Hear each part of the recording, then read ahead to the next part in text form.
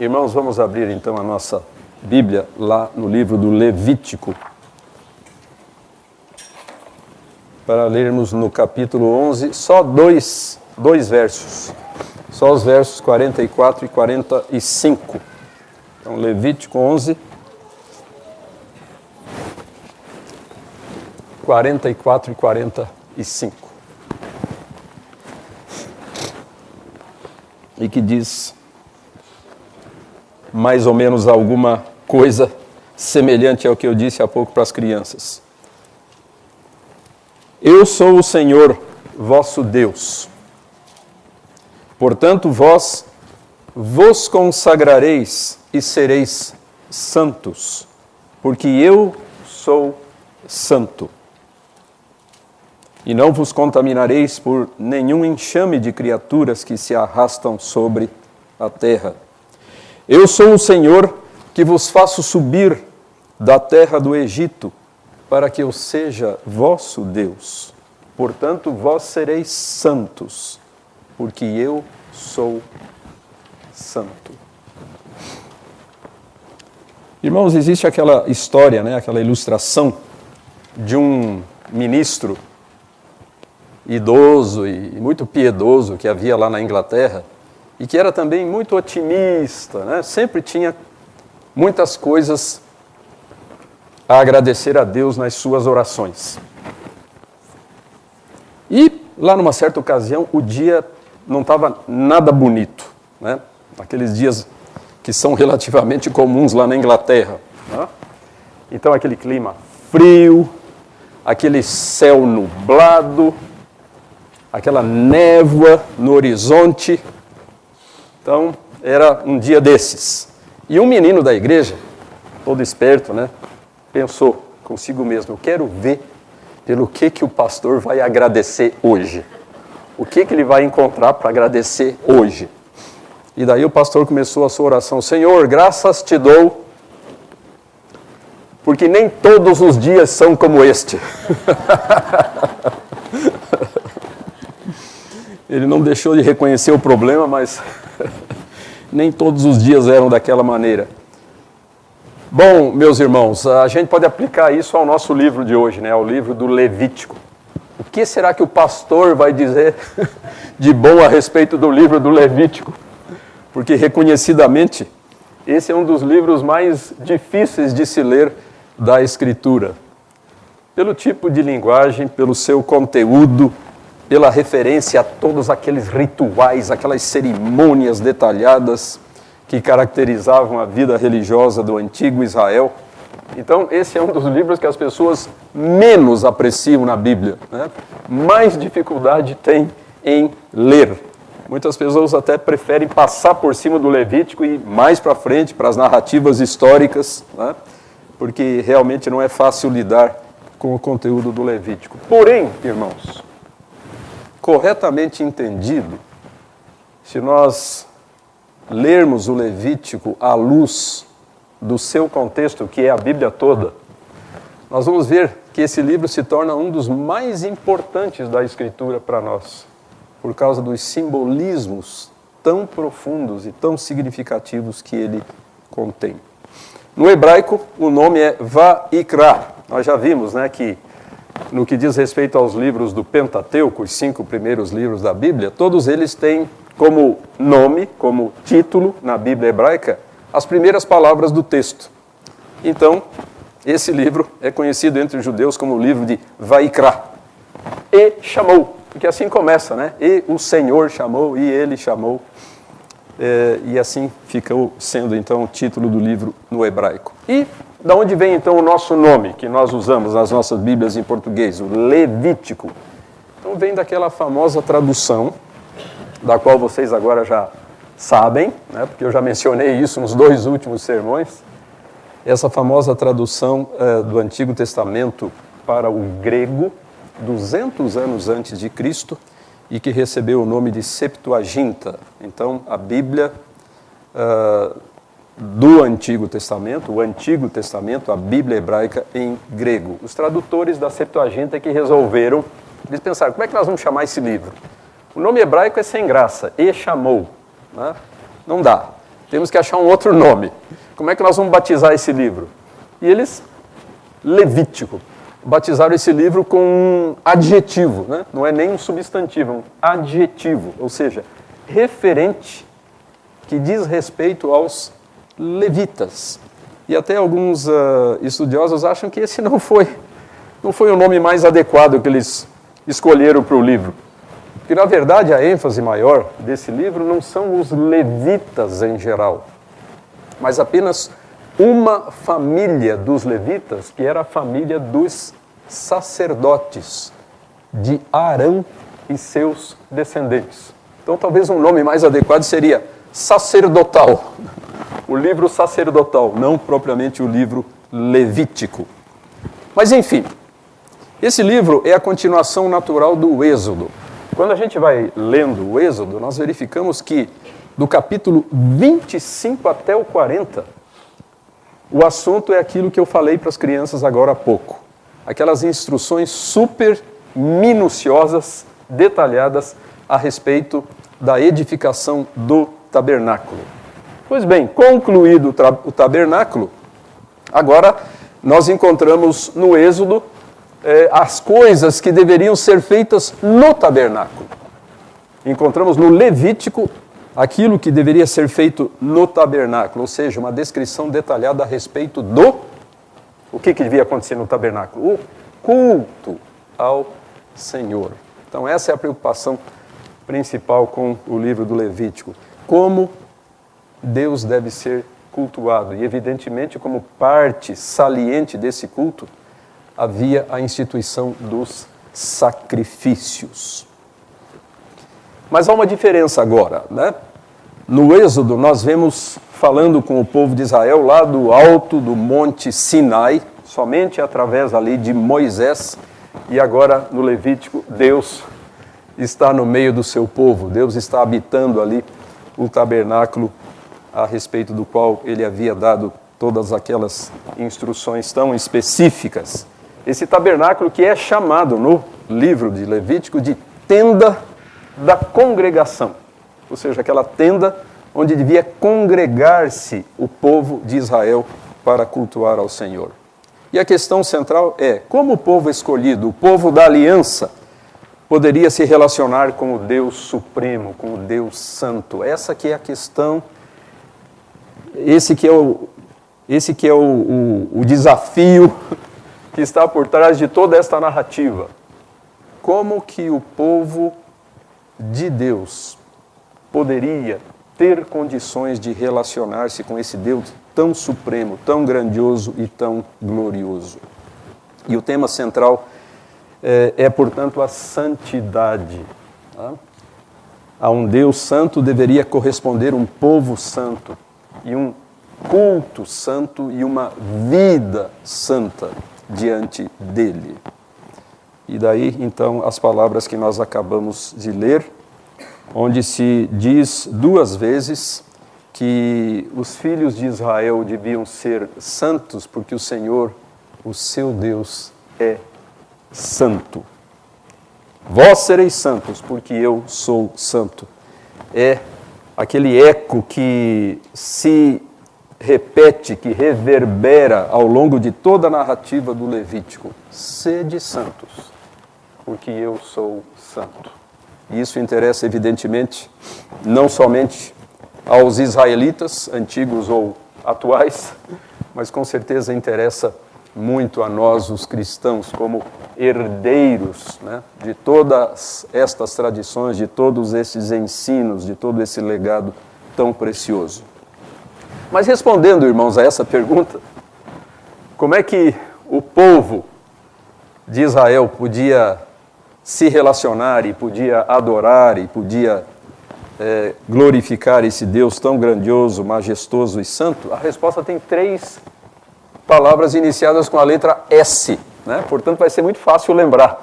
São 3 S que nós vemos ao longo do livro do Levítico: sacrifício, sacerdócio e separação.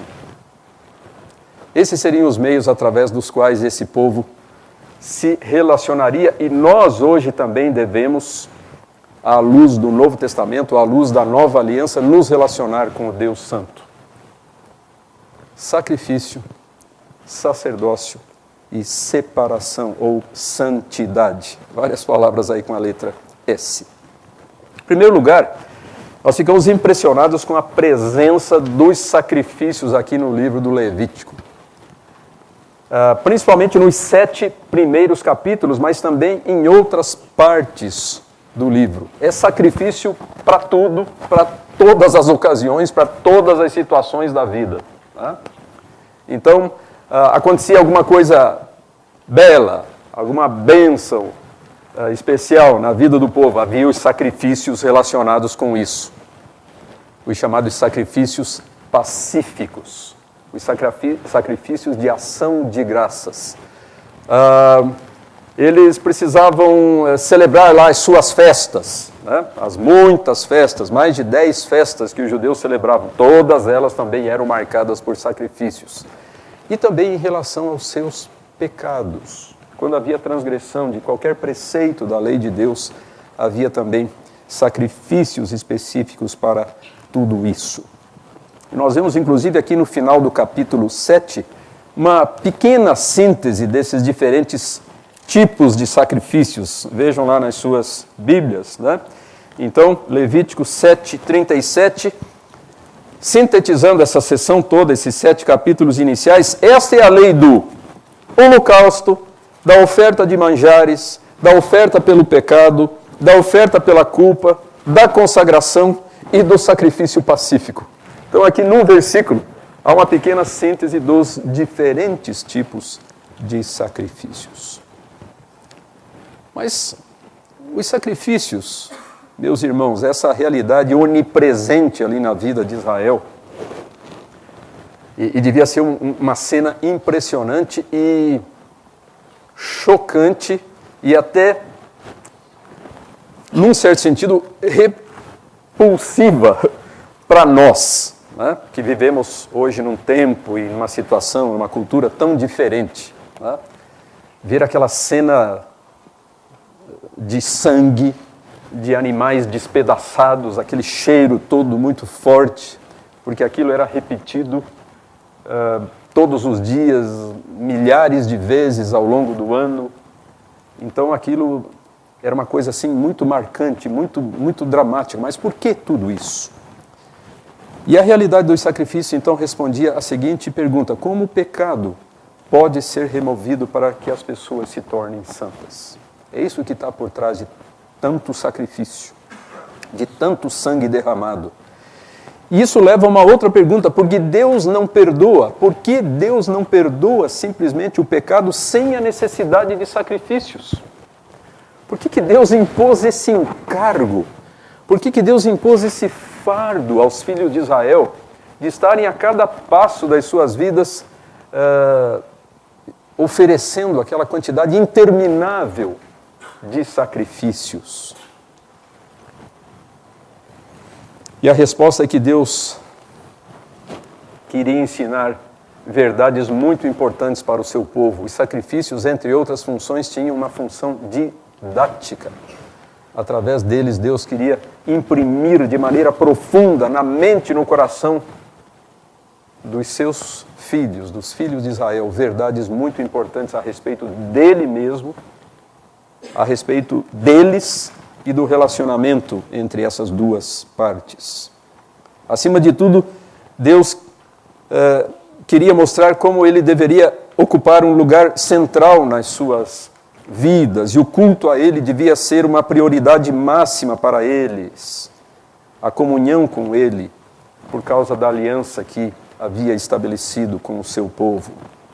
Mas quais são as lições, afinal de contas, que Deus estava imprimindo no coração e na mente e na consciência dos filhos de Israel através dos sacrifícios? Em primeiro lugar, a importância do sangue.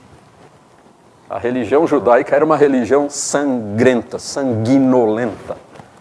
E havia um propósito com isso: mostrar a importância do sangue com o seu sentido expiatório e remidor. Evidentemente, à luz do Novo Testamento, nós entendemos melhor essas coisas, né?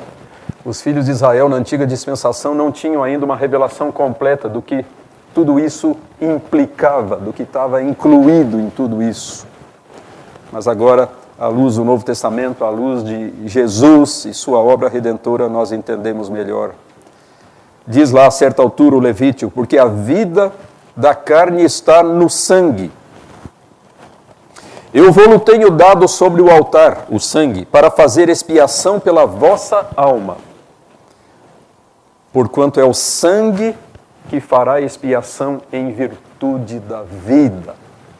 Então, os israelitas, não só os adultos, mas as crianças, né, já sabiam desde cedo em suas vidas da importância do sangue como um meio de expiação, de remissão dos pecados. É óbvio, como nós dissemos há pouco, que nem todos os sacrifícios de Levítico implicavam em sangue. Porque havia sacrifícios não cruentos, não sangrentos. Por exemplo, os sacrifícios pacíficos, através de cereais, através de líquidos, azeite, vinho, etc. Não havia o envolvimento de sangue. Mas aqueles sacrifícios relacionados com a remoção do pecado, que eram os mais importantes, estes sempre implicavam no derramamento de sangue. Em segundo lugar, e em conexão com isso, os sacrifícios também nos falam da profunda e importantíssima ideia bíblica de substituição.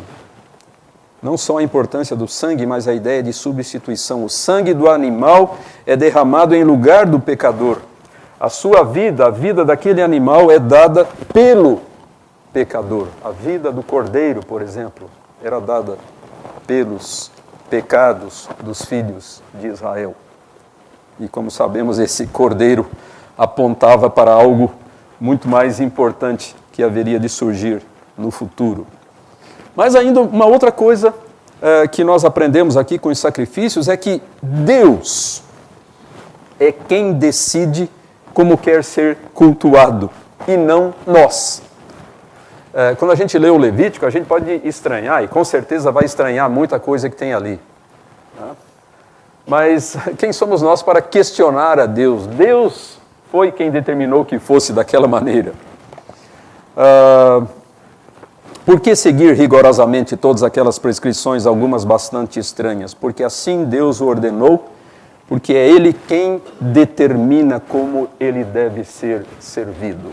Mais tarde, muito mais tarde, os reformados, os calvinistas, depois da Reforma Protestante, ou no contexto da Reforma Protestante, viriam com esse conceito muito interessante do princípio regulador do culto. Por que o nosso culto, por que a nossa liturgia é como é, e não como o culto de outras tradições religiosas cristãs? Porque nós seguimos este princípio reformado, o princípio regulador do culto, ou seja, não somos nós que decidimos como Deus deve ser cultuado, Ele mesmo é quem prescreve isso cuidadosamente na sua palavra. E nós só devemos incluir, portanto, no culto aquilo que Deus mesmo nos ordena, aquilo que Deus mesmo nos prescreve. Os sacrifícios, meus irmãos, não salvavam ninguém. É muito importante que se compreenda isso. E sim a fé em Deus, o arrependimento e a fidelidade à aliança que Ele havia estabelecido com o seu povo. Inclusive, uma observação muito importante a respeito dos sacrifícios é que eles não se referem a pecados graves. Essa é uma particularidade que escapa para muitas pessoas. Esses sacrifícios descritos aqui no Levítico, nenhum deles se refere a pecados graves. Eles são todos indicados como uma solução para os chamados pecados por ignorância. Aqueles deslizes, aquelas falhas que as pessoas cometiam ao não observar cuidadosamente os preceitos da lei de Deus. Os pecados por omissão ou ignorância. Para os pecados graves, simplesmente não havia sacrifício. Não se prescrevem sacrifícios. Aliás, essa é mais uma diferença muito significativa entre a velha e a nova dispensação. Mas o que impressiona então era a quantidade, a frequência desses sacrifícios, tendo em vista mostrar e imprimir profundamente na mente, na consciência do povo de Israel a seriedade do pecado, a gravidade da transgressão contra a lei de Deus. E também nos lembrarmos de que, embora o sacrifício fosse um ato muito externo, exterior, ele sempre envolvia uma atitude interior para que todo o processo se completasse. Não bastava simplesmente ir lá oferecer o sacrifício prescrito, os que tinham mais posses, um boi, uma ovelha, um cabrito, os pobrezinhos algumas aves, ou um pouquinho de farinha, ou qualquer coisa assim. Não bastava simplesmente isso, era preciso que houvesse também a atitude interior adequada, a atitude de contrição, de reconhecimento do pecado, de arrependimento e de busca de perdão. Então, quanta coisa importante nós vemos aqui no Levítico, quantas lições preciosas em relação a todos esses aspectos que foram ressaltados. Mas então vinha a parte seguinte. Se nós seguirmos os capítulos do Levítico, nós vamos ver que os capítulos 8 a 10, 8, 9 e 10 tratam da segunda palavra começada com a letra S, o sacerdócio. E uma coisa leva naturalmente a outra, porque os sacrifícios somente podiam ser oferecidos pelos sacerdotes. Não era qualquer pessoa que chegava lá e já ia oferecendo de qualquer jeito, a sua própria maneira, mas os sacerdotes é que deveriam oferecer aqueles sacrifícios. E por isso é que eu disse que no início, de que o livro do Levítico é mais um livro sacerdotal do que levítico. Na verdade, esse livro não passa de um manual de instrução para os sacerdotes. Nesse livro, os sacerdotes encontravam a descrição detalhada das suas funções sacerdotais. Quais os sacrifícios, como deveriam ser oferecidos, quais as condições que eles deveriam cumprir, qual a lei que eles deviam conhecer e ensinar ao povo de Israel no seu dia a dia. Então, na verdade, é um manual para os sacerdotes. E se os sacrifícios apontavam para a importância do sangue e da substituição, o sacerdócio apontava para uma outra ideia tremendamente importante nas Escrituras, tremendamente rica, a ideia de mediação. Os sacerdotes eram os mediadores entre Deus e o seu povo. Arão e seus descendentes faziam esta função, exerciam esta função de mediadores entre Deus e o povo, porque eles apresentavam diante de Deus os sacrifícios do povo, as suas expressões de súplica e arrependimento, por um lado, e por outro lado, apresentavam ao povo o perdão e a aceitação da parte de Deus. E também instruíam esse povo sobre a maneira como deviam viver no seu dia a dia, de modo a agradar e honrar a Deus. Obviamente, os sacerdotes deviam ser eles mesmos homens consagrados a Deus e servir de exemplo de santidade para o povo de Israel. E isso com os ministros de todos os tempos, Não somente os sacerdotes lá da antiga dispensação, mas os ministros cristãos têm sobre si essa enorme responsabilidade de servir de exemplo, de ser homens consagrados a Deus.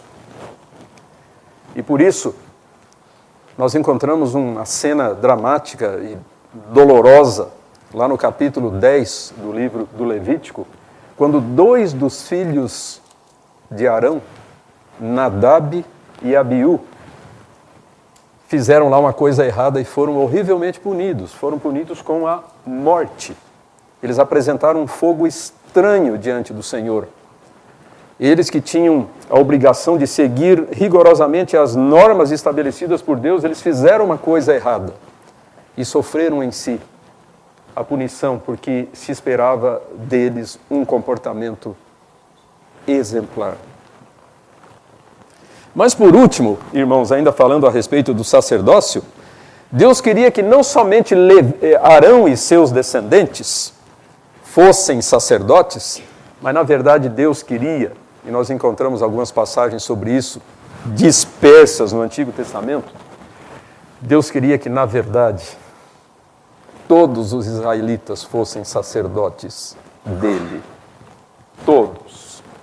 Então nós temos, por exemplo, lá em Êxodo, vós me sereis reino de sacerdotes e nação santa. E quando nós chegamos no Novo Testamento, nós vemos esse princípio sendo reafirmado com muita ênfase e mais tarde resgatado pelos nossos reformadores do século XVI, através do princípio do sacerdócio de todos os crentes, o sacerdócio universal dos fiéis. Todos nós somos sacerdotes do Senhor. E finalmente, irmãos, isso nos leva ao terceiro dos S's. Então, sacrifícios, sacerdotes e agora a ideia de separação, a ideia de santidade que está no restante do Levítico, do capítulo 11 até o capítulo 27. Como as pessoas podiam manter a santidade essencial para ter comunhão com um Deus santo. E aqui nós vamos encontrar aquelas leis bastante estranhas para nós hoje, não é? As leis, por exemplo, sobre pureza e impureza. Esse é um tema que domina o livro do Levítico, as questões relacionadas com o santo e o imundo, o puro e o impuro. Então, no que diz respeito, por exemplo, a doenças, a certas enfermidades que as pessoas tinham, principalmente na pele, ou então a certas funções biológicas do organismo humano. Tem lá um monte de prescrições a respeito dessas questões, o que tornava alguém impuro, o que tornava alguém puro, os rituais de purificação, a questão dos alimentos também, os alimentos próprios e impróprios para consumo, puros e impuros, os animais que caíam nessas duas categorias e assim por diante. Mas, voltando à pergunta, como as pessoas podiam manter esta santidade essencial para ter comunhão com um Deus santo? Em primeiro lugar, reconhecendo a autoridade e os direitos de Deus sobre a sua vida. Então essa é uma coisa que Deus sempre martela na mente e na consciência dos israelitas.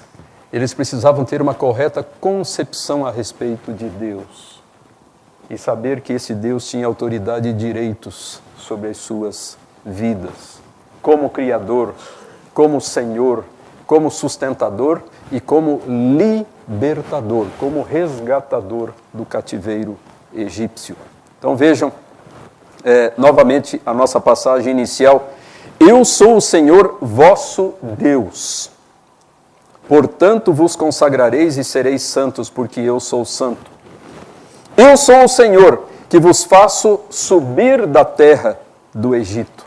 Então esse é um refrão que se ouve vez após vez no livro do Levítico e no Pentateuco como um todo. Eu sou o Senhor vosso Deus. Vós sois o meu povo especial. Eu vos resgatei do Egito e, portanto, isso tem uma série de consequências, de implicações muito importantes para as suas vidas. Também lá no capítulo 19, Deus diz a Moisés: fala a toda a congregação dos filhos de Israel e diz-lhes: santos sereis, porque eu, o Senhor, vosso Deus, sou santo. Então essa é a primeira coisa. Compreender e reconhecer a autoridade e os direitos de Deus sobre as nossas vidas. Sem isso, não pode haver consagração, não pode haver santidade, se não houver esse reconhecimento. Em segundo lugar, compreender que Deus requer que sejamos separados e consagrados para Ele. Então, aqui uma outra passagem do Levítico diz algo muito revelador. Ser-me-eis santos, porque eu, o Senhor, sou santo. E agora, e separei-vos dos povos para serdes meus. Aqui está o X da questão. Aqui nós temos uma das expressões mais chaves do Levítico. Eu separei-vos dos povos, das nações pagãs e idólatras, para serdes meus. É por isso que eles deviam ter um estilo de vida diferente daquelas nações e daqueles povos que não conheciam o Senhor. E isso é dito muitas vezes, né? Por exemplo, aqui no capítulo 18, se vocês forem comigo lá nas suas Bíblias, no capítulo 18, no verso 3. Não fareis segundo as obras da terra do Egito em que habitastes, nem fareis segundo as obras da terra de Canaã para a qual eu vos levo, nem andareis nos seus estatutos. Vocês têm que ser diferentes, tanto do Egito de onde vocês saíram, quanto de Canaã para onde vocês estão indo. Vocês têm que ser diferentes desses povos e das suas práticas. Vejam no capítulo 20, um pouco para frente aí, 20 e 23. Não andeis nos costumes da gente que eu lanço diante de vós, porque fizeram todas estas coisas, por isso me aborreci deles. E nós sabemos como isso seria uma pedra de tropeço contínua na vida de Israel. O fato de que, estando ali vizinhos desses povos, sentiam constantemente a tentação de imitar as suas práticas, afastando-se assim do Senhor e sofrendo terríveis consequências por causa disso. Vejam também no final do verso 24 aqui ainda, nesse capítulo 20. Eu sou o Senhor vosso Deus, e olha que expressão fantástica, que vos separei dos povos. Vos separei dos povos. E ainda, no verso 26, ser-me-eis santos, porque eu, o Senhor, sou santo, e separei-vos dos povos, agora olha que coisa bonita, para serdes meus. Separei-vos dos povos para serdes meus. Sacrifício, sacerdócio, separação ou santidade. E finalmente, eles deviam observar fielmente os preceitos do Senhor, por meio dos quais Deus mesmo os santificava. Outra declaração bonita do livro do Levítico. O verdadeiro santificador deles não eram os sacrifícios, não eram os sacerdotes, não era a observância daquela infinidade de preceitos, não era aquilo que, acima de tudo, os santificava, mas sim o próprio Deus era o santificador deles. Portanto, santificai-vos e sede santos, porque eu sou o Senhor vosso Deus. Está lá no capítulo 20, versículos 7 e 8. Guardai os meus estatutos e cumpri-os. Eu sou o Senhor que vos santifico. E claro, quando nós vamos olhar para esses preceitos, nós vamos ver que eles não só eram inúmeros, para todo tipo de situações da vida particular e coletiva, mas eles caíam basicamente em 3 grandes categorias. Então a santidade em Israel era entendida dentro dessas 3 perspectivas. Havia leis e regulamentos cerimoniais, como aqueles muitos pertinentes aos sacrifícios. Havia regulamentos e normas civis, que regulavam a vida de Israel em sociedade, e havia também, obviamente, os preceitos éticos, os preceitos morais. Mas Deus queria que em todos esses aspectos eles fossem um povo santificado, um povo diferenciado, um povo separado, um povo consagrado ao Senhor.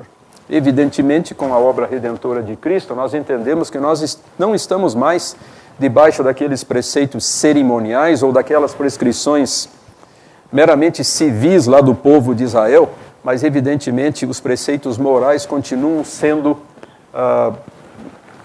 indispensáveis, continuam sendo obrigatórios para as nossas vidas e principalmente no que diz respeito à nossa santidade, à nossa santificação diante do Senhor. Irmãos, como é que nós podemos aplicar tudo isso para nós? Evidentemente, já deu para notar que as aplicações são muitas, né? Existem muitas possibilidades de aplicação do Levítico para a nossa vida hoje. Recordando em seu amor e graça, o Senhor abençoou Israel, libertando e fazendo uma aliança com ele. Porém, isso exigia uma resposta. Isso foi o que Deus fez. Libertação, aliança, proteção, sustento. O que Deus fez, isso exigia uma resposta. Deus sempre espera uma reação, uma resposta de nós. E essa resposta podia ser sintetizada de maneira muito breve. Santidade no culto e na vida. E isso continua valendo para nós hoje. Deus continua nos abençoando, como abençoou Israel, aliás, nos abençoando mais ainda, né? Porque nós temos usufruído bênçãos que eles não usufruíram no passado, após a vinda de Cristo, agora. E, portanto, continuamos tendo uma dívida muito grande para com o nosso Deus. E podemos definir essa dívida nos mesmos termos que foram definidos para o povo de Israel antigo. Santidade no culto e na vida. Foi por isso que ele prescreveu os sacrifícios, mostrando o valor do sangue de um substituto, um sacerdócio, a necessidade de um mediador, e leis cerimoniais, civis e morais, mostrando a importância de uma vida de santidade e de separação para o Senhor. E o Novo Testamento mostra que tudo isso apontava para o Messias. Houve alguém muito especial que reuniu em si todos esses simbolismos tão ricos e os levou à sua expressão mais sublime e mais grandiosa. O Messias e sua obra redentora. Ele é o sacrifício por excelência. Ele é o nosso perfeito representante e substituto. Ele é também o perfeito sumo sacerdote, que não precisa, ao contrário de Arão e dos seus filhos, oferecer continuamente sacrifícios por si mesmo. E nem sacrifícios intermináveis por outras pessoas. Ele, de uma vez por todas, como diz várias vezes a Epístola aos Hebreus, sempre usando essa mesma expressão, de uma vez por todas, de uma vez para sempre, ofereceu um único sacrifício pelos pecados, o sacrifício de si mesmo. E por fim, ele viveu uma vida santa e nos conduz no caminho da santidade. A gente sempre deveria ler o livro do Levítico junto com a Epístola aos Hebreus, lá do Novo Testamento, por causa das inúmeras referências que essa epístola faz às instituições lá do livro do Levítico. E a certa altura nós temos essas palavras grandiosas na carta aos Hebreus. Com efeito, nos convinha um sumo sacerdote como este, santo, inculpável, sem mácula, separado dos pecadores e feito mais alto que os céus, que não tem necessidade, como os sumos sacerdotes, de oferecer todos os dias sacrifícios, primeiro por seus próprios pecados, depois pelos do povo, porque fez isso uma vez por todas, quando a si mesmo se ofereceu. E tantas outras passagens semelhantes lá na Epístola aos Hebreus. E, portanto, irmãos, assim como os israelitas do passado, tão grande dádiva de amor nos compele a vivermos uma vida diária de serviço a Cristo e ao seu reino. Essa é uma lição inescapável do Levítico e da Bíblia como um todo. Em resposta à grande dádiva do amor, da graça e da benevolência de Deus para conosco, nós somos compelidos, nós somos atraídos a vivermos uma vida diária de serviço a Cristo e ao seu reino. O apóstolo Paulo, o amor de Cristo nos constrange, o amor de Cristo nos impele. Nós não podemos ficar passivos, indiferentes diante da realidade do amor de Cristo. E por isso diz Paulo, naquele texto que foi mencionado pelo reverendo Weber no início: rogo-vos, pois, irmãos, pelas misericórdias de Deus, que ofereçais o vosso corpo em sacrifício vivo, santo e agradável a Deus. Vejam, o Novo Testamento ainda usando a linguagem dos sacrifícios, mas agora numa perspectiva muito diferente. Não um sacrifício sangrento, não o sacrifício de um animal, mas o sacrifício vivo de nós mesmos ao Senhor. Apresenteis o vosso corpo por sacrifício vivo, santo e agradável a Deus. Eu estava lendo um livro a respeito do nosso tema, um livro de Packer, esse autor reformado bem conhecido, J.I. Packer, A Redescoberta da Santidade. E ali ele vai citando exemplos maravilhosos que encontramos na história da igreja a respeito de pessoas que viveram assim. Ele cita Robert Murray McCheyne, um conhecido pastor escocês lá do século XVIII e que impactou profundamente a sua igreja e toda a sua geração pela sua vida de profunda consagração a Deus. Teve um ministério breve, porque morreu ainda jovem, mas deixou um legado de santidade na sua vida e no seu ministério. Ele menciona também John Bradford. John Bradford foi um daqueles puritanos que morreram lá em meados do século XVI nas perseguições promovidas pela rainha Maria a Sanguinária, na Inglaterra. Esta rainha, na sua perseguição contra os reformados, enviou cerca de 300 deles para a fogueira.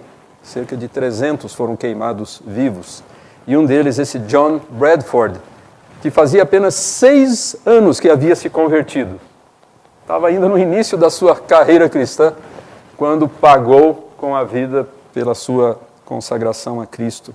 E ele também ficou conhecido nesses breves 6 anos como um exemplo de santidade, um exemplo de uma vida de contínuo arrependimento e consagração diante de Deus, e deixou escritos muito bonitos tratando desses temas. Portanto, queridos irmãos, diante do livro do Levítico, nós sentimos esse desafio. O Levítico nos desafia para uma vida de disciplina, obediência e santidade diante do Senhor. E isso marcou também profundamente no Novo Testamento o apóstolo Pedro. Então, não só o apóstolo Paulo, o autor da carta aos Hebreus, mas o apóstolo Pedro trabalha muito na sua primeira carta essa temática. Aliás, 2 temas centrais da primeira carta de Pedro, novamente com a letra S: sofrimento e santificação.